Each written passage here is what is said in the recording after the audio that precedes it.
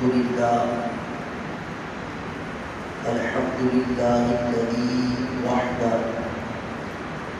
الصلاة والسلام على من لا نبي بعده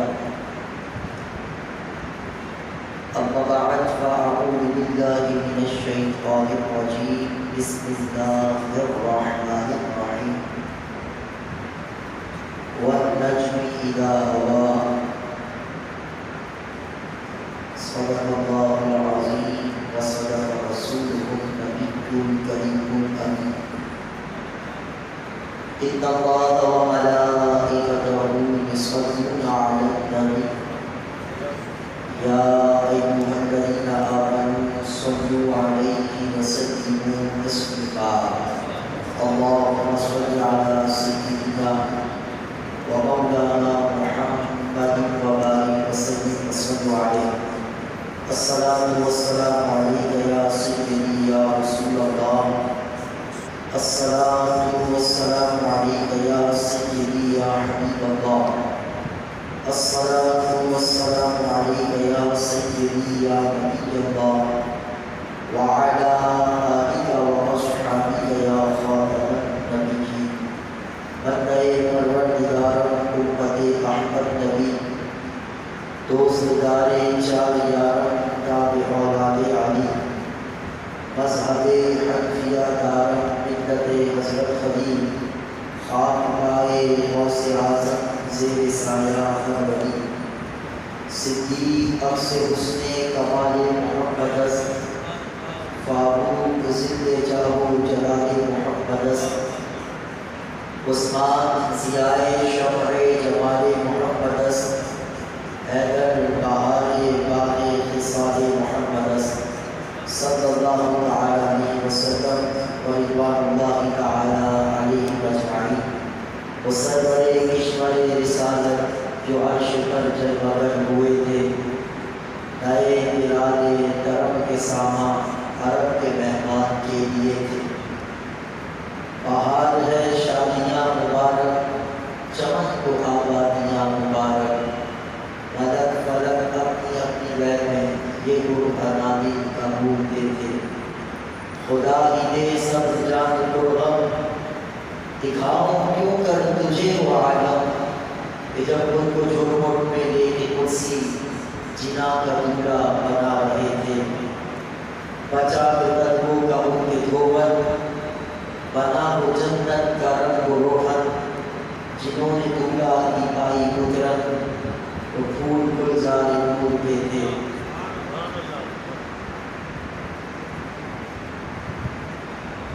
عجب نہ تھا رش کا چمکنا اظہار کر چھوٹا سا دھڑکنا شعائیں منہ کی اڑا رہی تھی تڑپتے آنکھوں کے سائے تھے ستم کیا کیسی نہ کٹی تھی کمر و خار ہو کے راہ گزرتی اٹھا نہ لایا کہ بنتے بنتے یہ داغ سب دیکھنا مٹے تھے تبارک اللہ شان تیری تجھی کو زیبا ہے میں نیازی کہیں وہ جوش لگ ترانی کہیں تغازے مثال کے تھے نماز اقصیٰ میں تھا یہی صرف آیا ہو مانا اول آخر کہ دست بستہ کے پیچھے حاضر جو سلطنت آگے کر گئے تھے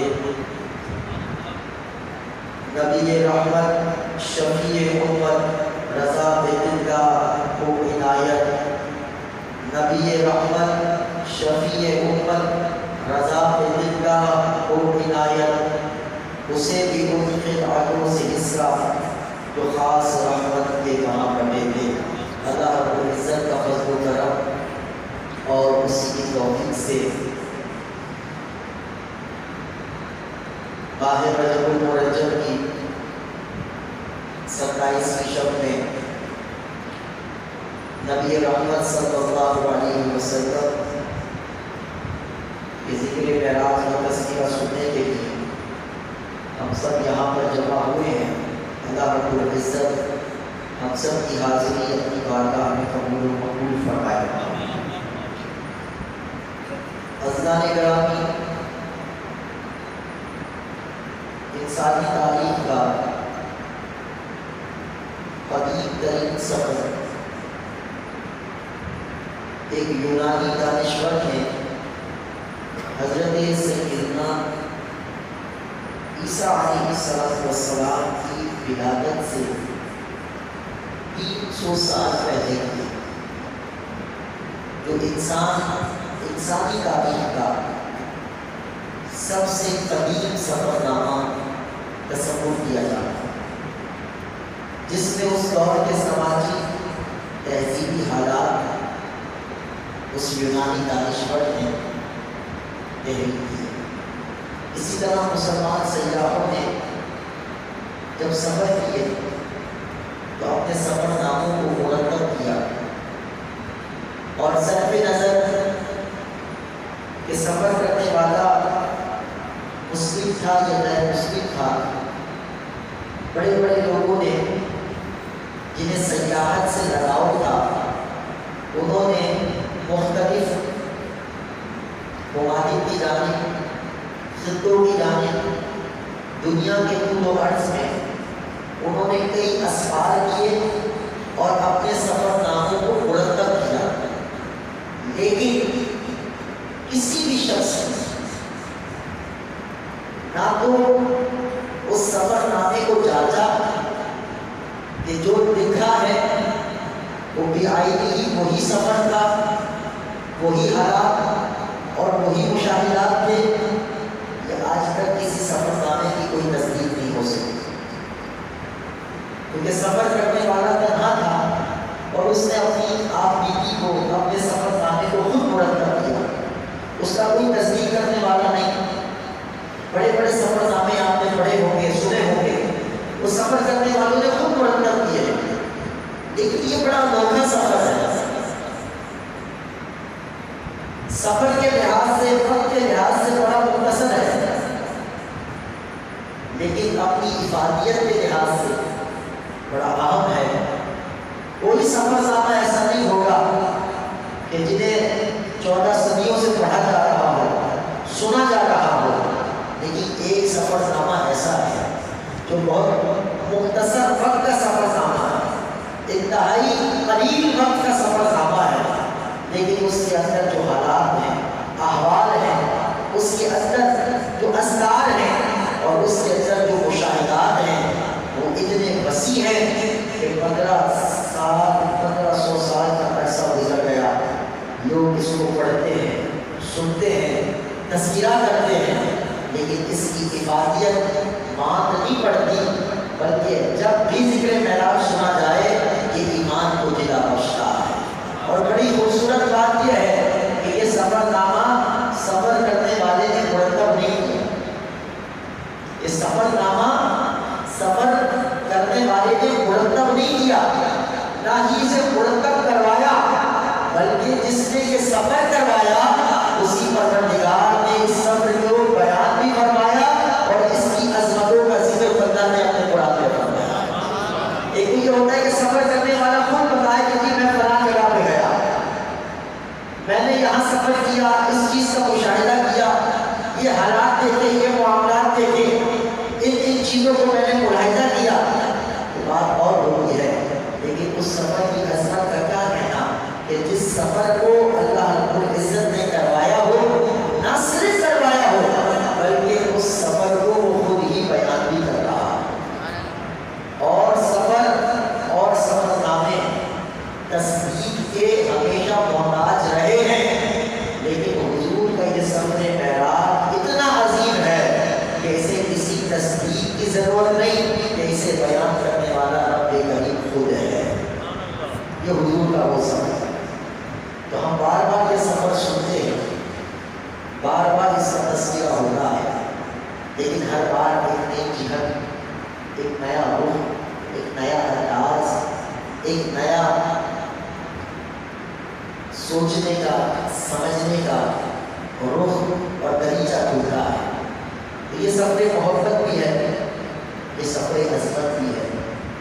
قدم قدم پر وہ عظمتیں ہیں کہ نہ ایسا سفر کسی کو میسر آیا، نہ حضور سے پہلے ایسا سفر کوئی کر سکا، نہ حضور کے بعد اس طرح کا سفر کسی کے حصے میں آیا، بلکہ یہ خاصہ تھا نبی رحمت صلی اللہ علیہ وسلم کا کہ ان کے حصے میں یہ عظیم سفر معراج آیا۔ اس حوالے سے جو گزشتہ سال جو صورتحال درپیش تھی پوری دنیا کو، وہ آپ سب نے ملاحظہ کی کہ ہم اس طرح محفل معراج منعقد نہ کر سکے۔ یہ اللہ کا کرم ہے کہ ہمیں اس برس اس ساعت اس انداز سے ان کا ذکر کرنے کی ہمیں سعادت میں ملی ہے۔ اس سے پہلے چونکہ 5 محافل مکہ ناچیز میں معراج کے تذکرے کے حوالے سے الحمدللہ یہاں سعادت حاصل کی، اور ہم نے ترتیب بار مرحلہ بار سفر معراج کو بیان کیا، اس کے رموز کو، اور امت کے اکابرین نے جو اس سفر میں پوشیدہ رازوں سے پردہ اٹھایا، وہ کچھ باتیں ہم نے آپ کے سامنے رکھی۔ حضور پرنور صلی اللہ علیہ وسلم کا یہ سفر حضور علیہ السلام کی ذات مبارکہ کے مختلف جو پہلو ہیں، یہ سفر ان سب کو ہوئی ہے۔ کچھ باتیں ایسی وہ بنیادی باتیں ہوتی ہیں جن کا اعادہ ہر محفل میں کیا جاتا ہے کہ جو سفر ہے مسجد الحرام سے مسجد اقصیٰ کا، ہم اس کو اسرا کہتے ہیں، کیونکہ قرآن نے اس کو اسرا کہا، سبحان الذی اسرا۔ مسجد الحرام سے مسجد اقصیٰ تک کا سفر، یہ اسرا، اس کا انکار قرآن کی آیت کا انکار۔ مسجد اقصیٰ سے لے کر سدرۃ المنتہا تک کا جو سفر ہے وہ معراج ہے، اور لامکان کا جو سفر ہے وہ اعراج ہے۔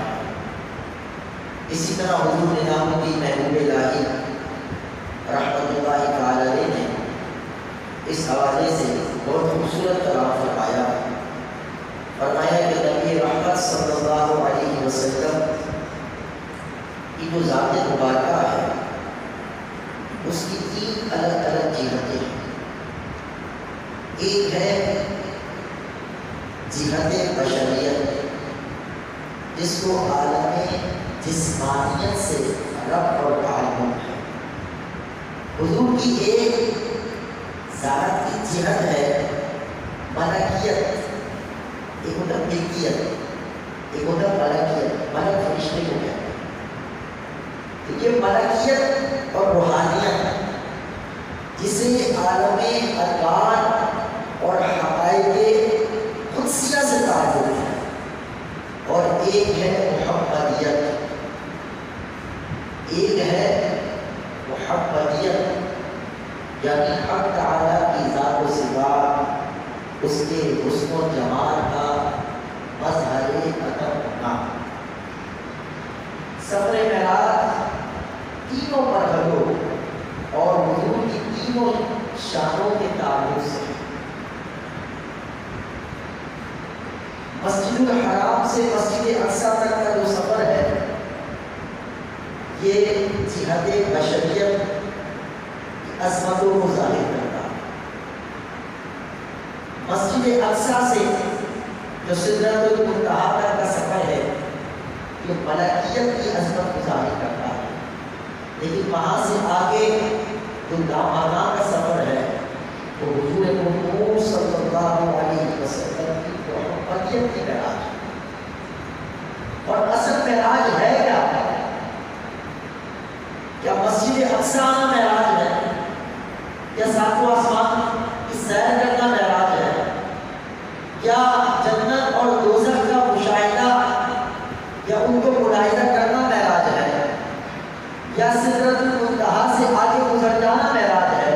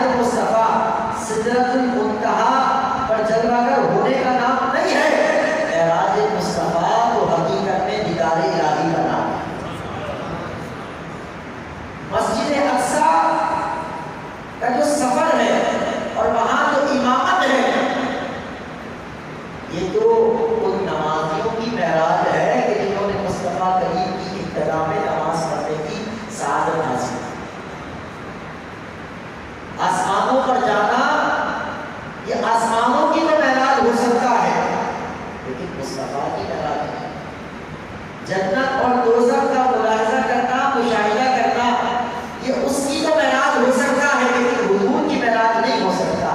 حضور کی معراج تو دیدار الہی ہے، حضور کی معراج دیدار الہی ہے۔ تو حضور مطہور صلی اللہ علیہ وسلم کو اللہ رب العزت نے حالت بیداری میں اپنا دیدار کیا، اپنے دیدار سے مشرف کیا، اور اس قرب کے مقام پر نبی رحمت صلی اللہ علیہ وسلم جلوگر ہوئے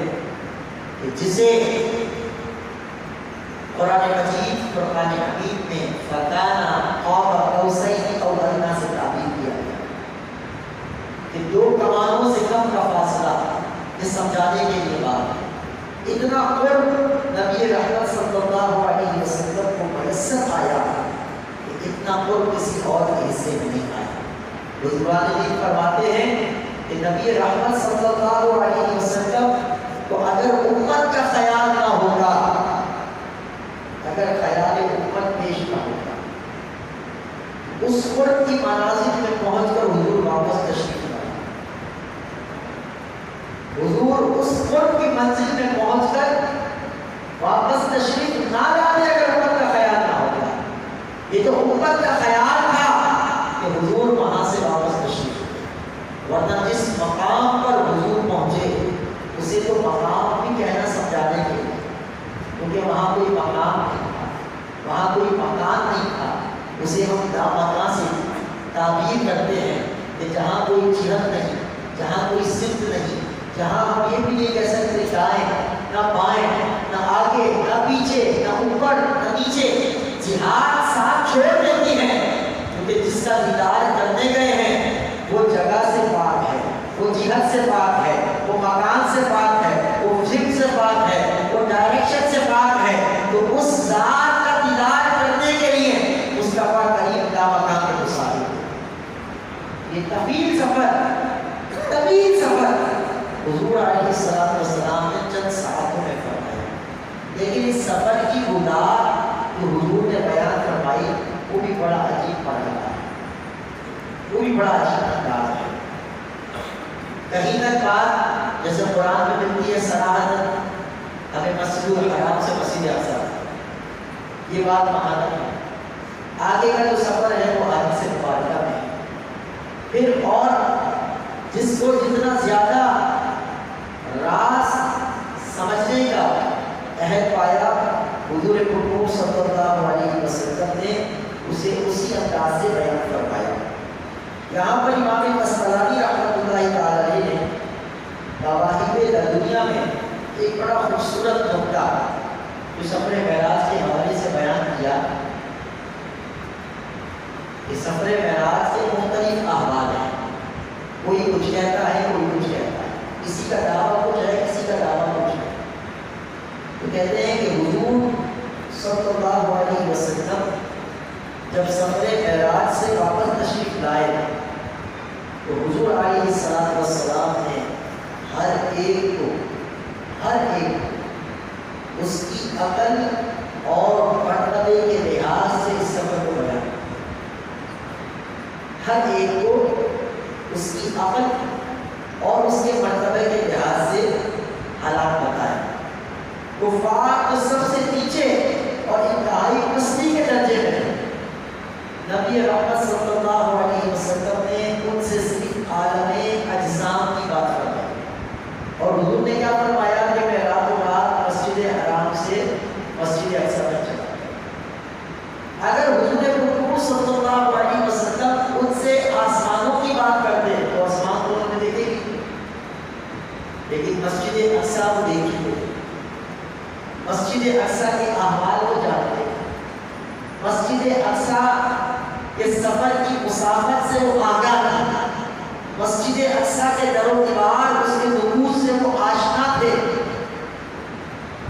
اس لیے ان سے بات وہی کی گئی جو ان کی عقل میں آ سکتی کہ اگر یہاں اتنے قلیل وقت میں اگر یہ سفر ثابت ہو جاتا ہے تو آگے کا وقت خود بخود ثابت ہے۔ جب حضور پرنور صلی اللہ علیہ وسلم جب صحن کعبہ میں جب بدر ہوئے، حضور پرنور علیہ السلام نے جب یہ فرمایا کہ میں رات کے مختصر حصے میں اللہ رب العزت مجھے مسجد حرام سے مسجد اقصیٰ لے گیا اور میں مسجد اقصیٰ تک گیا اور واپس آ گیا، کہ ان سے بیان ہوا پورا میلہ لگ گیا، یہ کیسے ہو سکتا؟ کوئی راتوں رات جائے اور آپ ہی جائیے تو ممکن نہیں ہے۔ کہتے کہ اچھا یہ بتائیے دروازے کیسے، محرابیں کیسے، نقش و نگار کیسے؟ نبی رحمت صلی اللہ علیہ وسلم فرماتے ہیں کہ رب کریم میرے اور مسجد اقصیٰ کے درمیان جتنے پردے تھے سب جائے، فرمایا میں دیکھتا رہا اور دیکھ کر انہیں بتا، جو سوال وہ کرتے ہیں ان سوالوں کا جواب، وہ ان کی عقل کی بات تھی، عالم اجسام تو عالم اجسام کی بات انہیں بتائی گئی، اس کا وہ انکار نہیں کر سکے، جو نشانیاں حضور نے بتائی انہوں نے اس کی تصدیق کر، یہاں کی ایسے ہی دروازے تھے، ایسے معاملات تھے، ایسے ہی سب، تو فرمایا کہ عالم اجسام کی باتیں تھی، مسجد اقصیٰ کا حال انہیں پہلے ہی معلوم تھا، اور راستے میں ان کے 3 قافلے آ رہے تھے، ان قافلوں کے متعلق بھی حضور نے بتایا کہ پہلا قافلہ اس وقت آئے گا، دوسرا اس وقت آئے گا، تیسرا اس وقت آئے گا، تو فرمایا کہ وہ اس حوالے سے تصدیق کرنے پر مجبور ہو گئے کہ ہمارے قافلے جب وہ پہنچے اور جو احوال مسجد اقصیٰ کا حضور نے بتایا وہ ماننے پر مجبور ہو گئے، کیونکہ انہوں نے وہ پہلے دیکھا ہوا۔ فرماتے اس کے بعد حضور نے واقعات معراج بیان کرنے میں کچھ ترقی فرمائی اور آسمانوں پر تشریف لے جانے اور وہاں کے عجائب و غرائب کا مشاہدہ فرمانے کو بیان کیا۔ حضور نے اسٹیپ بائی اسٹیپ بیان کیا۔ پہلے جو مخاطبین تھے وہ چونکہ کفار تھے اور وہ اگر ان کو آسمان کی بات بتائی جاتی تو آسمان کس نے دیکھا، وہاں کے معاملات کس نے دیکھے، وہ انکار ہی کرنا تھا، لیکن ایسی چیز کی بات بتائی گئی کہ جو ان کے مشاہدے کی تھی، ان کے سوالوں کے جواب دیے اور وہ تصدیق کرنے میں مجبور ہو گئے۔ اب آگے بات ہے ان کی جو ماننے والے ہیں، فرمایا کہ حضور نے ہر صحابی کو حسب حال خبر دی، جو جس مرتبے کا تھا فرمایا اس سے اسی کے لائق کلام فرمایا، اور 7ویں آسمان تک بغیر تنگی اور نظامت کے حضور نے حالات بیان کیے اور واقعات بیان کرتے ہوئے حضور جب مقام جبریل پر پہنچے تو حضور علیہ السلام نے وہ بات ارشاد فرمائی، اور ما فوق مقام جو تھا ثم دنا فتدلی، تو فرمایا یہ خاص حضور کو جس کا لیول جتنا زیادہ تھا حضور نے اس راز سے پردے اسی کے سامنے اٹھایا، تو فرمایا اس لیے معراج بیان کرنے والے صحابہ جس نے جہاں تک سنا ہے وہ وہیں تک بیان کرتا، جس نے جہاں تک سنا ہے وہ بیان وہیں تک کرتا ہے، آپ نے بات جہاں تک سنی ہوگی آپ اسی کو بیان کریں گے، اس سے زیادہ جس نے سنی ہوگی وہ اس سے زیادہ بیان کرے گا، اس سے زیادہ جس نے سنی ہوگی وہ اس سے زیادہ بیان کرے گا، لیکن جو بیان کر رہا ہے اپنے سننے میں وہ سچا ہے، اپنے بیان کرنے میں۔ اس لیے فرمایا کہ اگر اقوال میں تعارض نظر آئے تو ہمیں الجھنے کی ضرورت نہیں ہے، حضور نے جس کو جتنا بتایا اس کو اتنا ہی بیان کیا، وہ اپنے بیان کرنے میں سچا ہے، کیونکہ ہر ایک کے اندر وہ لیاقت نہیں تھی، ہر ایک کے اندر جب سچے کی وہ صلاحیت نہیں تھی، لہذا جس کو جتنا قابل مانا اسے حضور نے اس سفر کے حوالے سے اتنا ہی فہم اور اتنا ہی علم عطا فرمایا۔ اس لیے آگے فرماتے امام کسرانی فرمایا لہذا ہر ایک نے اپنے مرتبے کے موافق حصہ پایا، کوئی مقام جبریل تک رہا تو کوئی رؤیت فؤاد تک پہنچا اور کوئی بصیرت تک پہنچا، کوئی رؤیت عینی تک پہنچا تو کسی کے حصے میں رؤیت قلبی کا بیان آیا، فرمایا جس کو حضور نے جو بتایا اس نے وہی بیان کیا۔ اگر یہ خواب کی بات ہوگی اگر یہ خواب کی بات ہو اس پر شعوری بات، خواب میں میں بھی کہیں پہنچ جاتا ہوں، آپ بھی کہیں پہنچ جاتا ہوں۔ میں آج خواب میں دیکھوں یہاں میں حرمین شریف ہے، آپ آج رات سوئیں حضور کے ذکر کی محفل سے جا کر، اور آپ کا مقدر چمک اٹھے اور آپ سنیں کہ آپ اپنے آپ کو حرمین شریفین کی فضاؤں میں پائیں، صبح آپ یہ خواب بتا دیتے ہیں تو اس میں کوئی اعتراض آپ پر نہیں ہوگا۔ اگر خواب واقعی سچا ہے تو پھر اعتراض کوئی نہیں کرے گا کہ خواب میں یہ چیز ممکن ہے کہ کوئی آ جائے واپس بھی آ جائے اور آپ انہیں تو اپنی بستر پر پائیں۔